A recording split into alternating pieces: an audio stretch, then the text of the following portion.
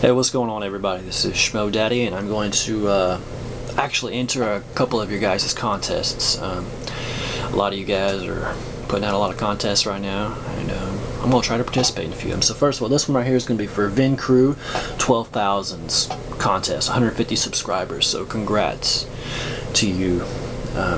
Great videos, great content. And you asked 3 things from us to do to submit a video. You want us to talk about our favorite and most memorable storylines in the history of reading comics. So I'll just jump right into that. Let's see here. I am showing the the Spider-Man mini-series, or whatever. It was the Spider-Man, just self-titled Spider-Man, you know, they did in 1990. Todd McFarlane. I'm going to talk about the Torment, the first 5 issues, and I know you're like, what the hell would you be talking about that? Well, when I was about 10 or 11 years old when this came out, maybe a couple months or close to a year, when I first started sort of getting back into comics. I mean, I'd collected them a little bit as a smaller child, you know, and then for a while I didn't really get into them a whole lot. But then I remember going to Walmart with my aunt and my mother, and I think my aunt had just given me some money for Christmas and told me I could buy what I wanted at Walmart. I remember going through the racks at Walmart, and they actually had this, I saw this cover in like one of those like plastic packages they had on display, you know, where you could buy like the whole series. And I think it actually had the gold version. It was like the 3rd printing of this book right here.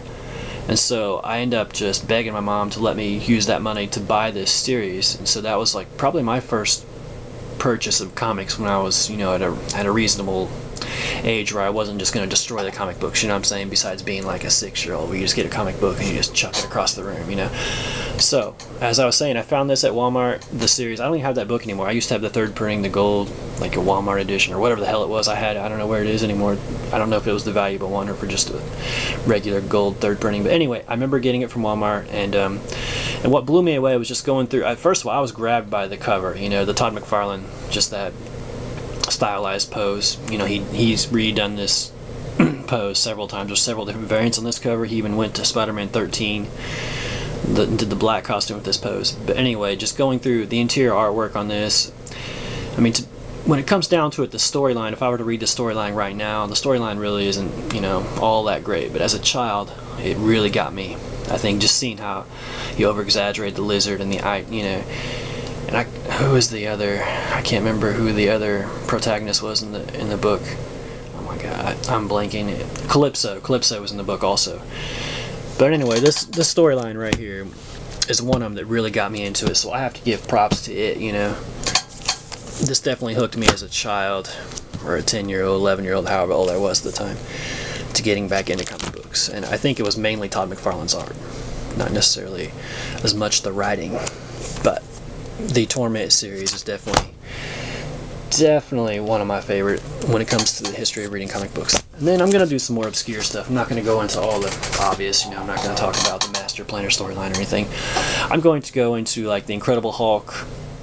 It's sort of like where the mindless Hulk takes over when Sal Buscema was drawing Hulk. You know, he drew Hulk for damn near 150, 200 issues. He was on the Hulk title forever. I don't know how many issues it is. You could look it up. But anyway, the storyline, I'm just going to give you a brief, rough synopsis because it's been a while since I've read it, so I'm probably going to fuck this up. But anyway, the Incredible Hulk, his mind was tampered with, I think, by Nightmare, and I think it made him even more violent and even more out of control. And I think Doctor Strange came into the picture, and he had no recourse, you know, to kind of save the Earth because the Hulk was going crazy. There was no reasoning with him at all. I mean, he was just totally mindless and crazy. So Doctor Strange ended up having to banish him to like another dimension just because of how nutty he was. And there's a lot of weird stuff that goes on when he's in this other dimension. He runs into like this collective ball.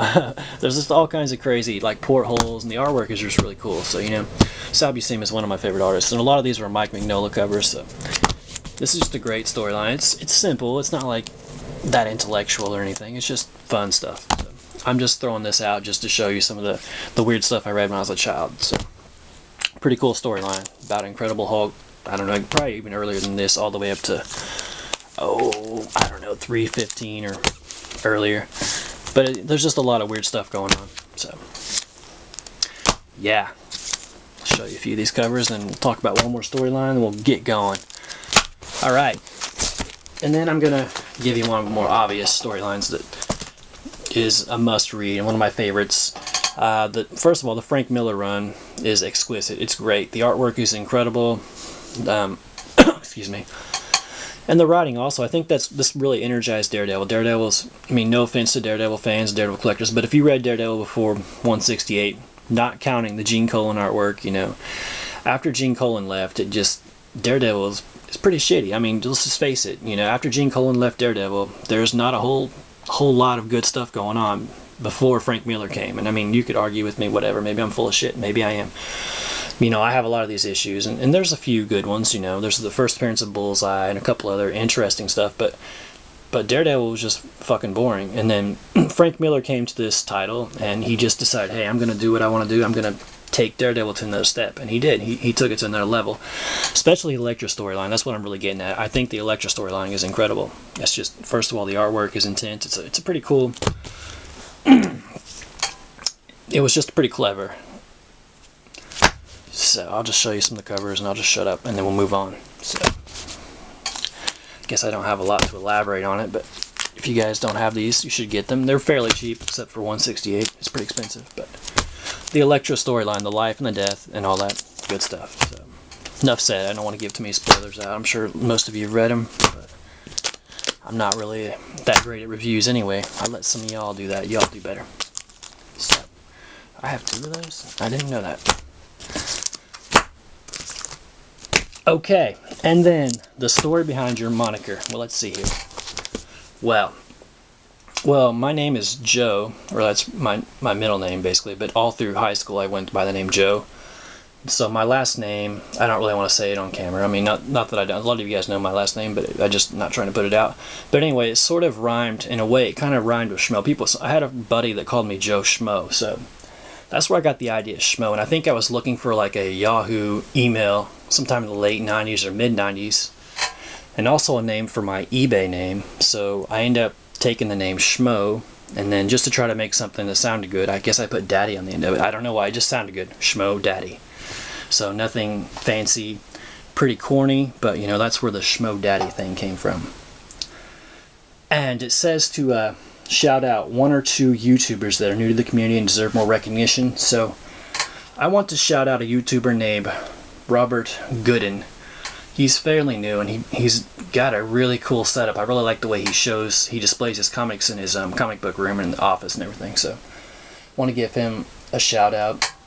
And another one that's been here for a while, and everybody knows this guy, but I'm going to shout him out too. We'll just shout out SpottyFan72CT.